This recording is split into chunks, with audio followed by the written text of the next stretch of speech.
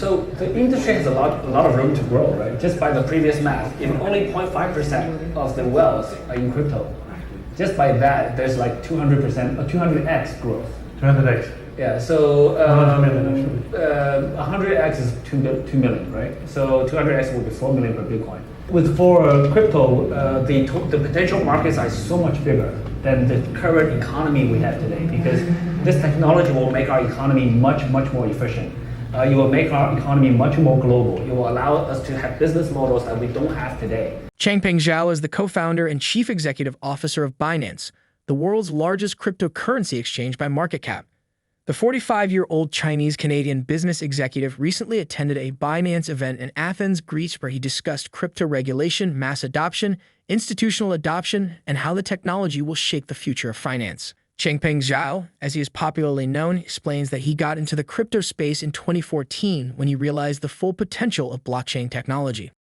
He compares the blockchain with the widespread adoption of the internet. While he viewed the latter as the new technology for information, Changpeng Zhao states that the cryptocurrency industry is the new technology for money. Having missed out on investing in the internet, Changpeng Zhao adds that he didn't want to miss out on this new technology and ended up selling his apartment to secure his first Bitcoin investment. That first venture paid off greatly. Less than a decade later, Changpeng Zhao controls the world's largest cryptocurrency by trading volume. According to Forbes, he also has a net worth of over $17 billion. During his fireside chat at the event, Changpeng Zhao discusses the need for regulation in the cryptocurrency industry, the connection between regulation and mass retail and institutional adoption, and the current state of the cryptocurrency markets. It also gives a price prediction for Bitcoin, the world's largest cryptocurrency by market cap. We will now take you to Changpeng Zhao's interview. But before we do, please take a little time to hit the like button, subscribe to the channel, and don't forget to drop your comments and observations in the comments section below. Thanks, and enjoy the video. Today, in terms, there's two numbers which I usually track. One is like how many people have some kind of crypto. So if you grab, I think that's around 3 to 5%. So that means if you grab 100 random guys, not guys in the room, regular guys off the street, maybe 3 to 5 of them have some kind of crypto. But the second number is out of those guys who have crypto, how much of their net worth is in crypto? Probably less than 10% on average. So if we talk about adoption, we're still probably like 0.5% in terms of total net worth in crypto. Yeah. 1% is usually the half mark. Adoption usually grows exponentially. So at 1%, the next year is 2%, the next year 4, 8, 16, 32, 64. So it takes about 7 years after that to get full adoption. If we're 7 years from now? 7 doubles. If it doubles every year, then it will only take 7 years. But it may take longer than each year to double, 1 year to double. So we are now 23, you can say like until 2030, like this estimation, or? I think it's going to take a bit longer than that. I think it's going to be like more than 10, 20 years. Okay. Because while this technology is very attractive, the disruption power is so high, we also have a lot of resistance. Because it's so disruptive, it's so powerful, we actually may want to grow a little bit slower. I think there's already quite a lot of institutional adoption. So Binance is more of a retail platform, but like 20, 30 something percent of our clients are actually institutions. That's actually a very large number considering their size are usually much bigger per client. But again, there's also different levels of institutional clients. Different countries have different regulations. US, there's quite a lot of requirements for institutions to only use licensed platforms. But every single platform in the US is licensed. Europe, I think there's still some of that. But once you move to the rest of the world, like Asia, Africa, those regulations there's much less of those requirements. So, and also how do you define an institution? Right? Is it just a corporate KYC, like any company that registers, that's an institution? Or do they have to have a certain size, certain volume, etc.? So again, that just based on corporate KYCs or large traders on Binance, there's already like 30% of users who are for institutionals. And then when we talk about the traditional financial institutions, they typically, especially if they are traditional licensed financial institutions, they typically would need an exchange to be licensed to onboard with us. But today we have 6, 7 licenses in Europe alone, and we have 15 licenses all over the world. and we have 46 state licenses. 15 or 50? 15. 15. Yeah. And then we have 44 state licenses in the US. So we're actually the most licensed crypto exchange in the world. Oh. It's not so much the institution coming in that will push the Bitcoin price up. I think the more people that comes in, the better.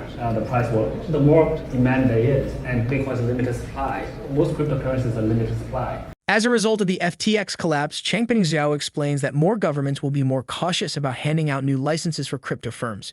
This could also mean more restrictive regulations for the industry, especially in regions that are already anti-crypto. However, the Binance chief executive officer believes that would have little effect on global crypto adoption. He points out that some countries with anti-crypto laws currently have the most users. In Nigeria, for example, financial institutions are prohibited from doing business with cryptocurrency-related enterprises.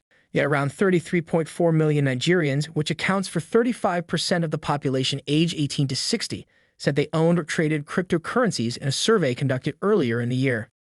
When asked what he thought had the biggest impact on current crypto prices, Changpeng Zhao explained that it is a combination of issues, including the gloomy macro environment, natural Bitcoin cycles, and effects of failed projects like Terra Luna and FTX. No one knows what the single reason is, and there's no single reason.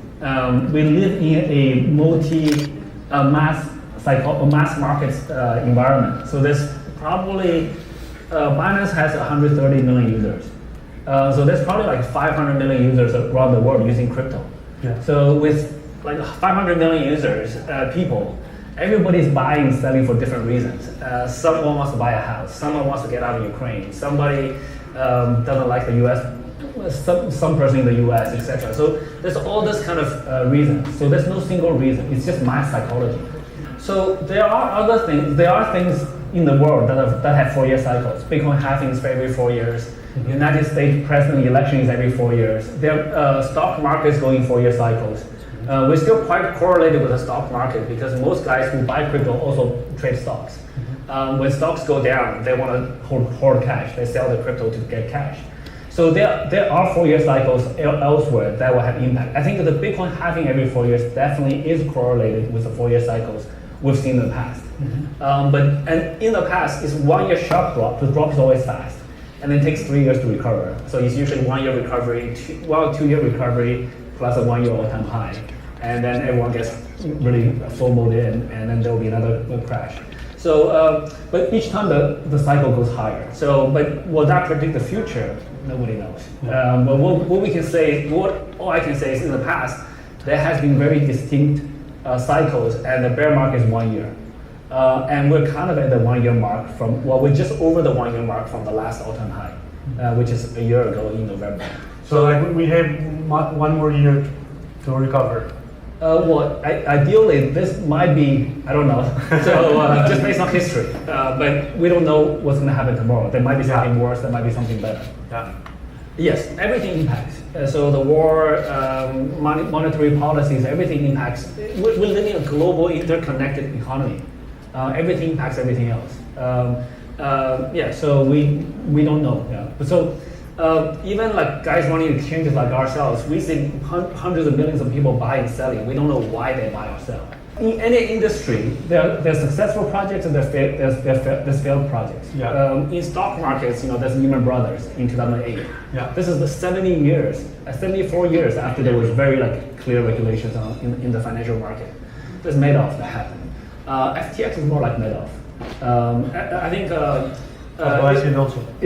it's lying, it's Ponzi, right? So whereas Lehman Brothers is more like a failed project, they just mismanaged.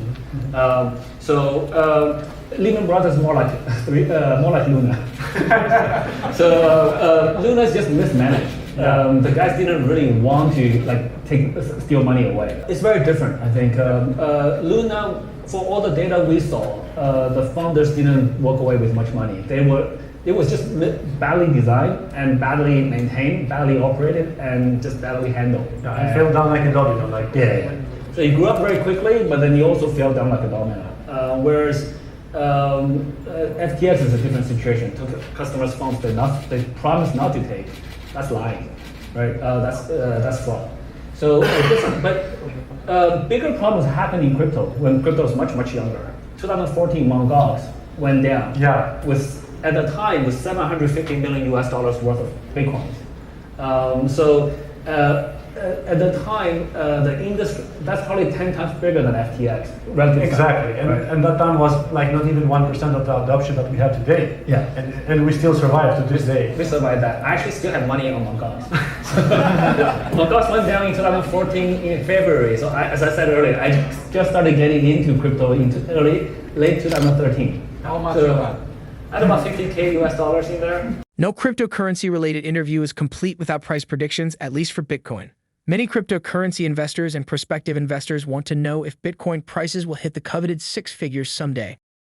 According to Changbing Zhao, there's an opportunity for massive explosive growth in Bitcoin prices. So the industry has a lot of room to grow, right? Just by the previous math, if only 0.5% of the wealth are in crypto, just by that, there's like 200% or 200x growth.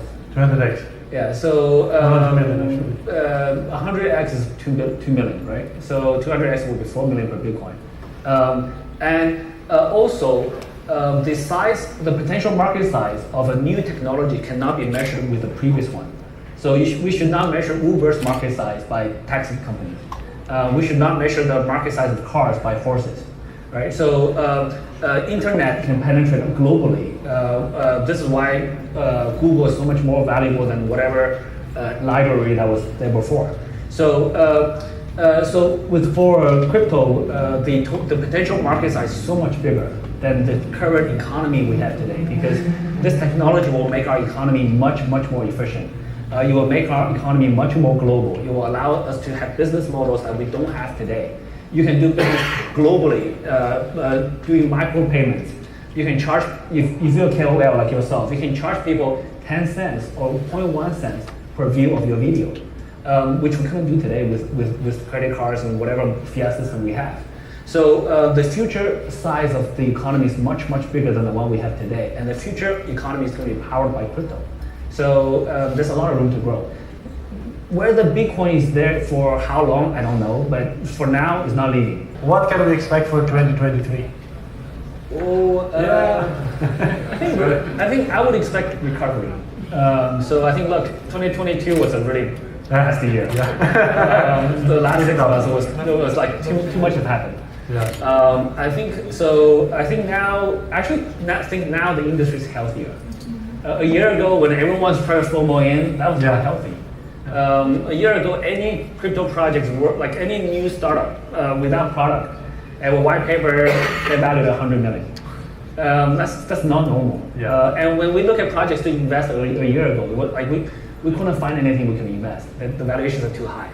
Really? Yeah. So, but now we're seeing really good projects and proper valuations. So I think, and there's still good valuations. A project at 20 million valuation is, for compared to the traditional industries, it's a great valuation. So now we're seeing the industry actually much healthier. What is your price prediction for Bitcoin? Do you think we will ever see such explosive growth as the Binance Chief Executive Officer predicts? Please drop your predictions and comments on the interview in the comments section and hit the like button. We are still trying to attain our goal of hitting 200,000 subscribers before the year ends. So if you are yet to subscribe, please smash the subscribe button, turn on post notifications, and check out our other crypto-related videos. Thanks for watching.